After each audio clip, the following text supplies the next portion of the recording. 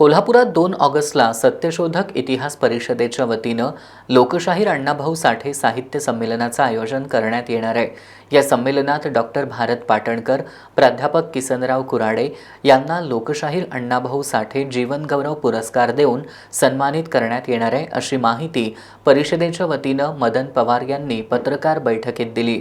लोकशाहीर अण्णाभाऊ साठे यांच्या साहित्यिक, सांस्कृतिक आणि परिवर्तनवादी वारशाचा नव्या पिढीपर्यंत प्रभावीपणे प्रसार व्हावा, त्यांच्या विचारांवर व्यापक चर्चा घडावी आणि सामाजिक न्याय मूल्यांना बळ मिळावं या उद्देशानं या संमेलनाचं आयोजन करण्यात आलंय।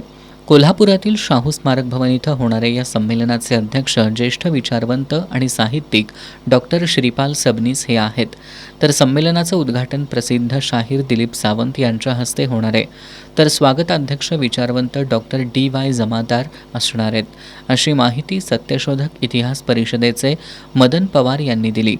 4 सत्रात होणाऱ्या या संमेलनात अण्णाभाऊंच्या साहित्यातील जातीअंताचा विचार या महत्त्वपूर्ण विषयावर परिसंवाद आयोजित करण्यात आलाय।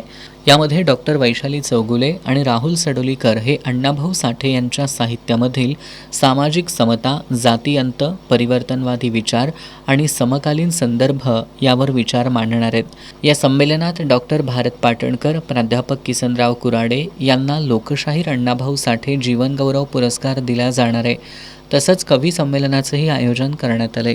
या संमेलनासाठी साहित्यप्रेमी, अभ्यासक, संशोधक, कवींनी उपस्थित राहावं असं आवाहन करण्यात आलंय।